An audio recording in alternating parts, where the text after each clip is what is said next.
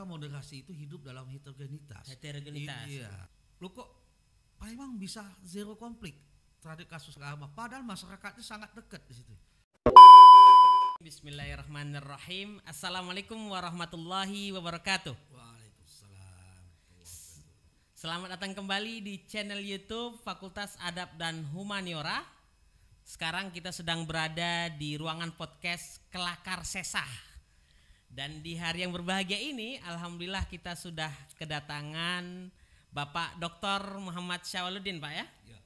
Dan beliau merupakan wakil dekan 3 di bidang kemahasiswaan dan kerjasama.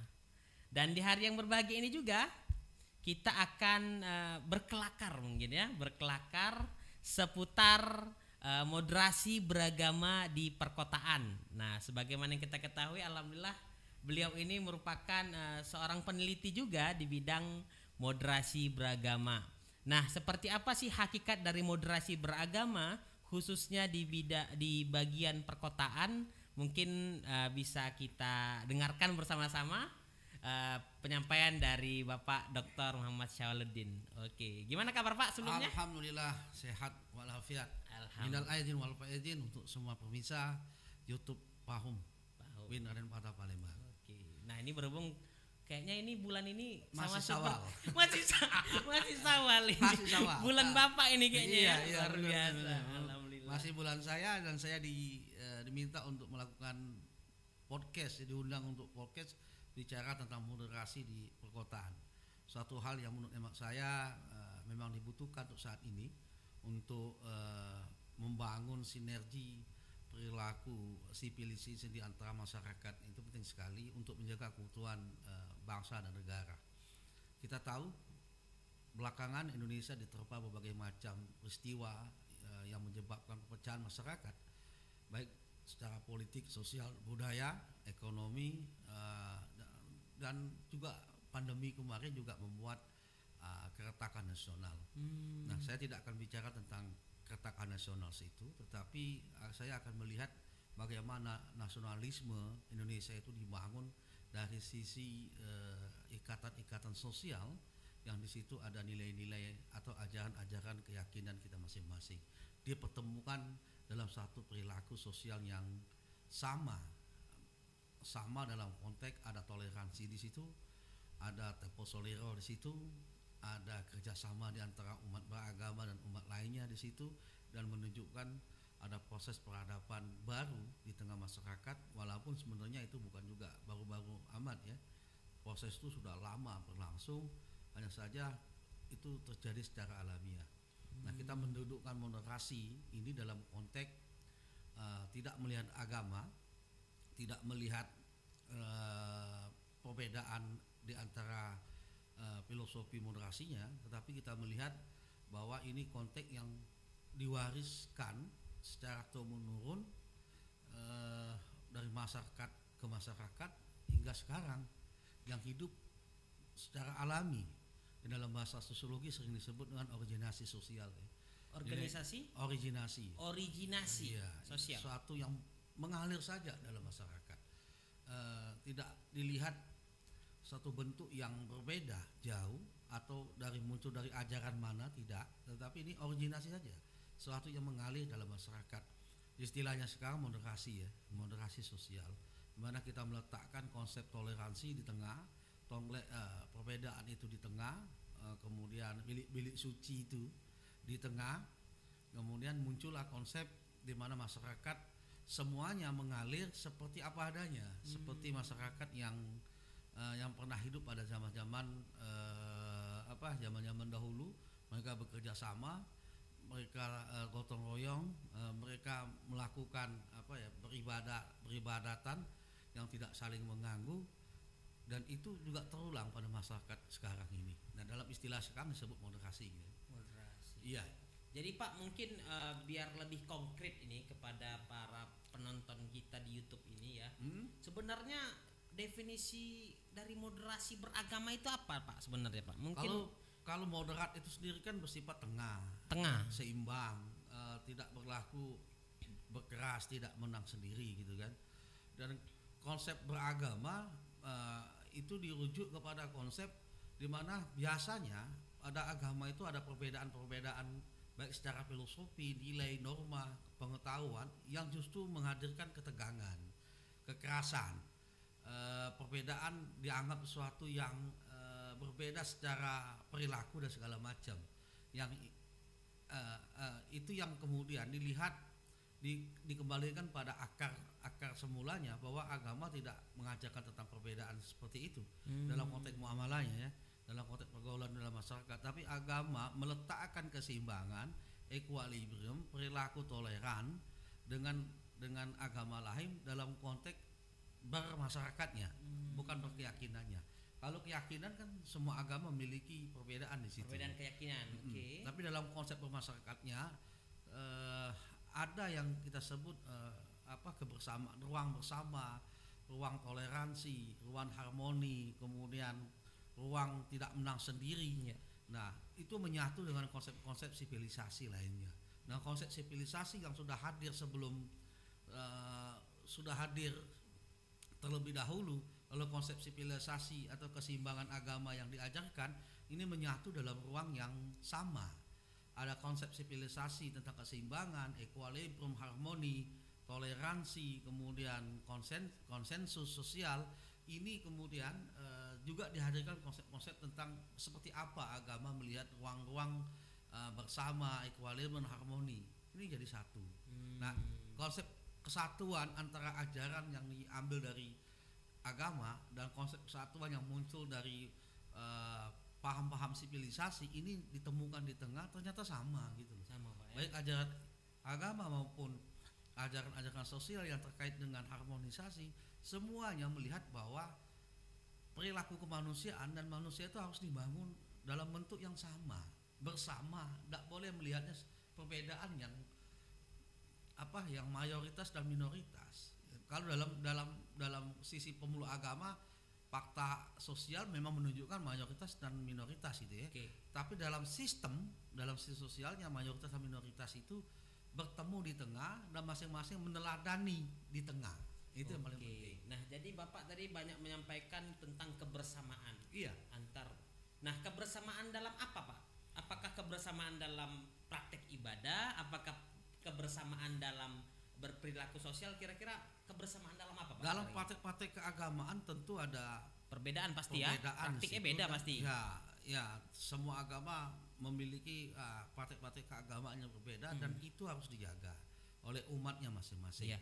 Tetapi ketika ruang praktek keagamaan itu melibatkan banyak orang, ada praktek-praktek yang kemudian sosial dari keagamaan itu yang bisa dijaga. Misalnya di Bali misalnya, di Bali itu kan menarik moderasinya ya. Kalau umat Islam melakukan sholat Jumat, yang jaganya itu adalah umat Hindu atau pecalang Hindu, atau sebaliknya. Ketika umat sana lagi menyepi, kita tidak menggunakan corong yang keras-keras sekali agar tidak mengganggu ibadat mereka. Konteks-konteks yang inklusi seperti ini inklusi yang tanpa mengganggu ibadah umat lain, tapi dari sisi sosialnya itu yang dikedepankan. Bukan konsep eksklusifnya. Dalam agama kan ada historisitasnya. Ini tidak diganggu. Biarkan itu umatnya masing-masing yang melakukan itu. Tetapi konsep-konsep sosialnya yang biar ajaran agama itu berjalan sesuai dengan koridornya, sesuai dengan ibadahnya, sesuai dengan ajaran umatnya, yang bisa dijaga secara bersama, kita jaga bersama-sama. Contoh misalnya Jakarta, kalau Idul Fitri kan pelataran gereja katedral itu digunakan untuk ibadah umat Islam. Pelatarannya itu kan biasa saja. Yang kayak gitu juga dibolehkan. Konsep-konsep yang ada ranah sosialnya ini itu dikerjakan secara bersama-sama. Tetapi konsep yang lain biarlah berjalan sesuai dengan peraturan dan hukumnya masing-masing. Ini yang disebut dengan moderasi ya. Dalam moderasi itu filosofi indikatornya banyak ya. Di antara indikator dalam moderasi itu adalah satu, ada kebersamaan itu pasti. Yang kedua, ada aturan yang sama-sama dijunjung atau civilization itu. Yang ketiga, ada peradaban yang menyatukannya. Kalau nggak ada peradaban yang menyatukannya sulit, nggak bisa juga. Yang keempat, tidak ada klaim dan true claim. Ini yang paling penting. Tidak ada klaim bilik-bilik kesucian di antara masing-masing pemeluk agama. meskipun true claim agama itu memang ada, tetapi itu bukan dimunculkan untuk diperdebatkan, tapi dipahami untuk dibuat kesadaran bahwa memang ajaran mereka berbeda dengan ajaran saya, dan kita mengambil di tengah-tengahnya untuk tidak saling mengganggu dan melakukan tindak-tindakan yang bersifat radikalisme. Gitu ya. Oke Pak, tadi Bapak ngebahas tentang istilah radikalisme. Iya. Sebenarnya apa Pak hakikat dari radikalisme itu sebenarnya? Jadi radikalisme itu suatu tindakan yang keras ya, menghancurkan, lalu melakukan seperti teror terhadap manusia lain atau kelompok manusia lain atau terhadap diri orang lain. Radikal, satu tindakan kekerasan ya, melakukan kekerasan dengan tujuan tertentu. Karena radikalitas ini kan mengganggu ya, pasti suatu perbuatan mengganggu. Nah, tindakan radikal ini kan para ahli melihatnya akarnya itu adalah fundamentalisme dalam ajaran. Ada yang menyebut juga konservatisme dalam konservatisme dalam ajaran agama, gitu ya, yang tidak dengan benar dimaknai, ditafsiri dengan benar, atau tafsirnya dengan tafsiran emosi saja. Nah, melakukan tindakan sosial yang tidak terkontrol atau mungkin orang lain atas makna agama atau atas nama agama. Yang ini banyak para pakar melihat radikalisme itu muncul dari ruang-ruang kehidupan yang salah memahami agama, gitu lah. Apa kaitannya dengan moderasi gitu ya? Nah, moderasi salah satunya indikatornya adalah tidak melakukan tindakan radikal dalam masyarakat. Kalau tindakan radikal di dalam masyarakat itu karena perbedaan paham keagamaan, itu pun bisa terjadi di mana saja, tidak dalam ajaran agama Islam saja, tapi agama lain juga bisa melahirkan tindakan radikal kalau kemudian ajaran itu tidak dipahami dengan benar. Karena itu indikator tindakan tidak radikal, indikator tindakan tidak radikal adalah tidak menang sendiri atau tidak menafsirkan secara sendiri pribadi atau kelompok yang lain salah semua. Ini loh, kan sekarang ini lagi marak kelompok lain salah, kelompok kita paling benar sendiri. Ini juga suatu tindakan yang tidak moderat ya, suatu tindakan yang tidak seimbang dalam masyarakat. Khawatir relung sosial yang dihadirkan dalam konteks emosi keagamaan seperti itu yang menyebabkan determinasi konflik di dalam masyarakat. Minimal saling mencurigai ya. Misalnya ada pendirian rumah agama tertentu dicurigai tidak diizinkan karena ini. Padahal dalam hukum-hukum moderasi yang kayak gitu kan sudah ada aturannya. Nah, semua agama harus taat dengan aturannya. Aturan yang sudah dibuat ya. Sudah dibuat. Tidak boleh juga tidak ada umat di situ lalu mendirikan satu rumah ibadah yang tidak ada umatnya. Ini juga menyalahkan juga. Itu juga tindakan yang tidak moderasi. Memaksakan suatu hukum kemudian dia sendiri melanggar hukum, itu juga tindakan yang tidak moderasi. Konteksnya moderasi itu adalah sadar atas keseimbangan, sadar atas bagaimana membangun pri kemanusiaan di dalam hubungan sosial kemasyarakatan, apalagi dalam konteks varian berbangsa yang begini luas gitu ya, seperti Indonesia. Berarti moderasi itu tidak hanya sebatas bagaimana caranya kita dalam berperilaku beragama, akan tetapi moderasi itu bisa kita terapkan dalam kehidupan kita sehari-hari, Pak ya? Seharusnya seperti itu. Jadi moderasi, saya tidak menyambung dengan agamanya ya, nanti ada persoalan masing situ. Harusnya moderasi itu sering kita lakukan di dalam bermasyarakat. Karena moderasi itu tidak bisa hidup kalau dia masyarakatnya tidak heterogen. Misalnya semuanya orangnya satu, ya nggak bisa, kan lucu, semuanya sama. Karena moderasi itu hidup dalam heterogenitas. Iya, hidup dalam multi etnis, multi keagamaan.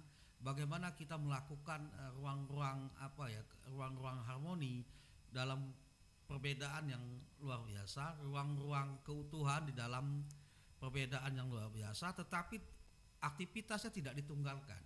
Jadi moderasi bukan satu ajaran yang menunggalkan semua aktivitas masyarakat dalam satu bentuk yang sama, tidak kayak gitu. Semua masyarakat boleh melakukan perbuatannya masing-masing, boleh melakukan semua aktivitas yang bervarian, tidak ya terkait dengan kemauan mereka, harapan mereka, tetapi dalam koridor tidak saling merugikan, tidak saling emosi, keseimbang, tidak radikal seperti itu ya. Itu yang kita sebut sebagai moderasi. Tidak dimaknai menunggalkan suatu aktivitas sama semua merah semua, enggak kayak gitu. Itu bukan moderasi namanya. Luar biasa. Itu ya. anthroponence namanya, menghancurkan. Jadi ada hal yang membuat saya tertarik itu, Pak. Hadirnya moderasi itu karena ada heterogennya masyarakat, gitu, Pak ya. Iya. Karena masyarakat kita ini kan ada dari berbagai macam suku, budaya, bahkan agama gitu, kita memiliki perbedaan. Nah, hadirnya perbedaan itu maka muncullah yang namanya moderasi agar menjaga perilaku-perilaku dalam beragama itu, Pak ya. Iya, jadi konsep yang diajukan dalam konteks moderasi ini adalah bukan menunggalkan ya, ke semua aktivitas tidak masyarakat. Menunggalkan. Tidak. Tetapi membiarkan aktivitas masyarakat itu di ruangnya masing-masing, dengan juga menyediakan ruang perbedaan yang bisa dikemas untuk secara bersama-sama melakukan melakukan aktivitas yang sama. Yang sama tetapi tetap saja dalam konteks tidak menunggalkan itu dalam konteks aktivitas yang sama.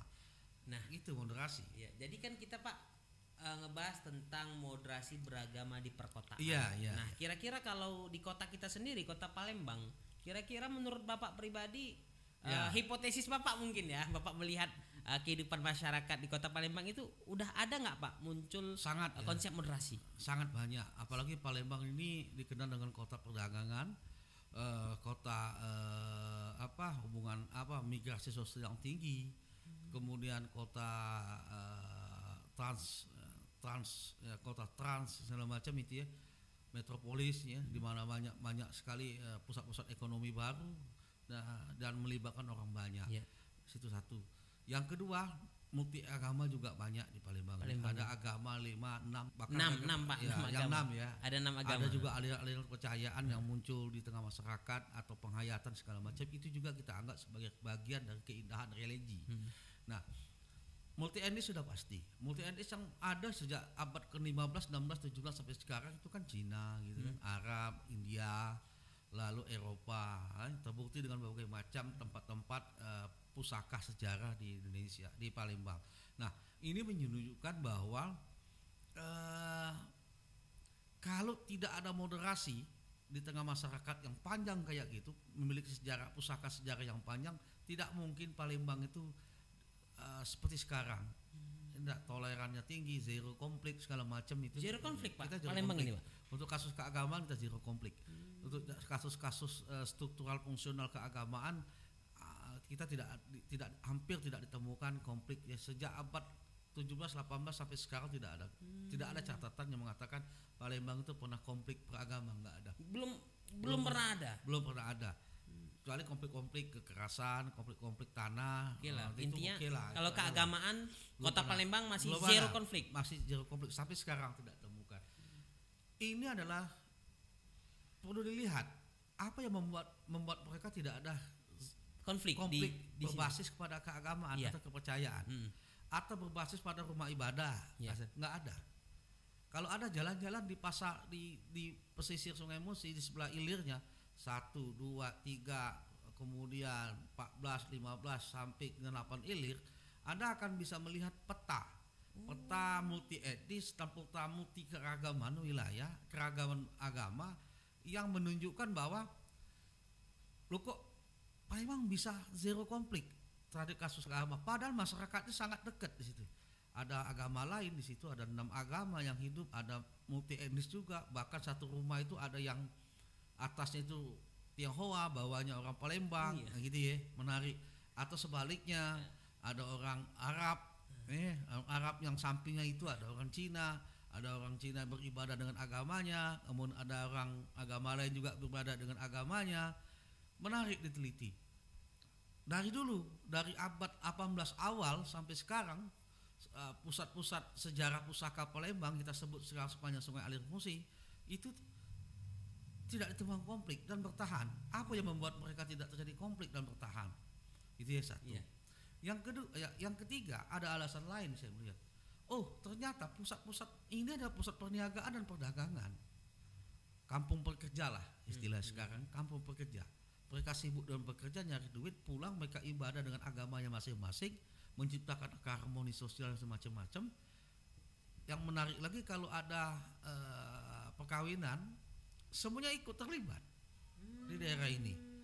Semuanya ikut terlibat tanpa melihat ini urusan agama ini saja apa? dan tidak. Berarti gotong royong masyarakatnya. Gotong royong untuk yang aspek sosialnya saja. Aspek sosial dengan mengesampingkan agama gitu Pak ya. Bukan Bukan. aspek sosial. Aspek sosial saja dalam prosesi itu. Tapi kalau sudah masuk aspek keagamannya masing-masing menarik diri, tidak terlibat ke dalam itu terlalu jauh. Ini menarik diteliti. Dan itu berjalan natural aja, alami. Sejak kakek-kakek mereka, kemudian bapak-bapak mereka sampai sekarang cucu-cucu mereka juga menjalankan yang sama. Konstan terjadi. Dan mungkin kalau ada umat Islam yang meninggal yasinan, orang Cina yang beragama Hindu dan Buddha atau Konghucu juga ikut ya membawa makanan gitu ya, menyediakan juga menunjukkan rasa empati, duka cita gitu Pak ya. Ada empati yang luar biasa dalam praktek seperti itu. Ini menunjukkan bahwa ada proses yang menarik dari sisi moderasi agama ke sosial yang berjalan secara alami. Dan ini satu konsep, satu filosofi, konsep filosofi dan satu praktik melampaui konsep filosofi moderasi yang sekarang sedang dibincangkan orang saat ini. Luar biasa. Ada konsep yang melampaui itu sudah terjadi, melegasi. Makanya saya sebut ini organisasi sosial. Satu peradaban baru yang muncul dari relung-relung kehidupan sosial yang terus mengalir sampai sekarang dan orang tidak sadar itu moderasi. Benar. Ini yang saya sedang teliti sekarang di Palembang, khususnya di moderasi perkotaan. Tentu ada konsep yang berbeda dengan moderasi perkotaan yang ditelukan di sekarang. Konsep perbedaan itu terletak pada konsep di awal. Kalau orang melihat moderasi beragama adalah bentuk toleransi yang boleh jadi itu direkayasa, dipaksa hadir dengan konsep-konsep hukum, tapi yang terjadi di Palembang ini, khususnya di perkotaan Palembang, konsep moderasi itu hadir dengan naluri, natural aja, dari dulu sudah ada, ngalir. Nah ini yang mau teliti, apa yang menyebabkan mereka itu mengalir saja, tidak ada perang di situ, pada pemukiman padat, agama banyak, multi etnis, dan depan sempit jalan itu, sempit banget, tapi bisa gitu loh. Orang kita punya mobil, naruhnya bingung mau naruh di mana. Orang Cina atau orang agama lain itu punya lahan luas, silakan taruh di situ tanpa bayar. Dan itu bertahun-tahun terjadi di daerah itu. Itu kan menarik untuk diteliti. Iya. Nah, seperti di Medan kan kayak itu juga. Iya. Dan mungkin nanti dari hasil penelitian Bapak bisa menjadi contoh untuk kota-kota lain yang ada di Indonesia.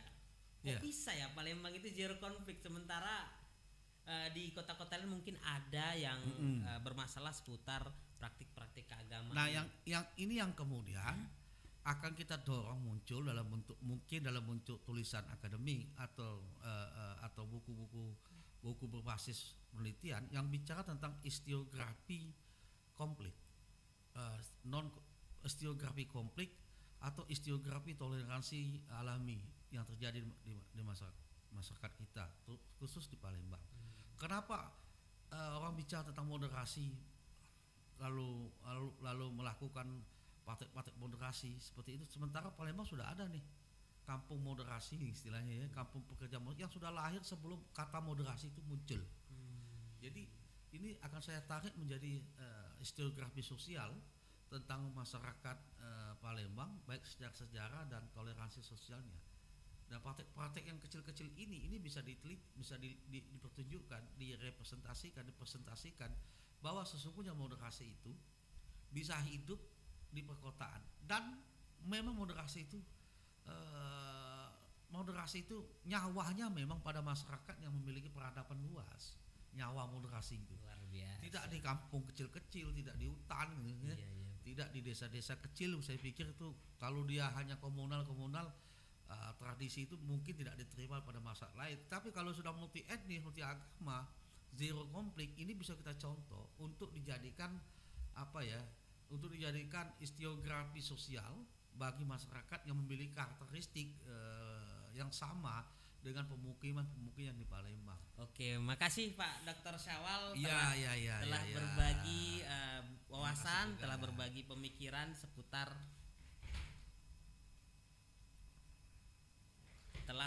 pemikiran seputar moderasi beragama di perkotaan. Baik Pak Dokter, berhubung karena waktu kita ini terbatas, Alhamdulillah. mungkin bisa memberikan suatu kalimat ajakan ataupun moto seputar moderasi beragama di perkotaan. Satu kalimat saya Pak, silakan. Moderasi beragama itu ibarat air yang mengalir jauh menghidup sesama. Wah, luar biasa. Moderasi beragama itu ibarat air yang mengalir jauh menghidupi sesama, mengalir jauh menghidupi sesama. Itu moderasi agama. Luar biasa. Oke, terima kasih Terima Pak kasih, Dokter. Mas. Mudah-mudahan penonton kita di channel YouTube ini dapat mengambil manfaat dari podcast kita di hari yang berbahagia ini. Oke. Terima kasih. Jangan lupa support channel ini dengan hanya memberikan klik tombol like dan subscribe di bawah. Terima kasih. Assalamualaikum warahmatullahi wabarakatuh. Waalaikumsalam warahmatullahi wabarakatuh. Terima kasih Pak Dokter. Iya.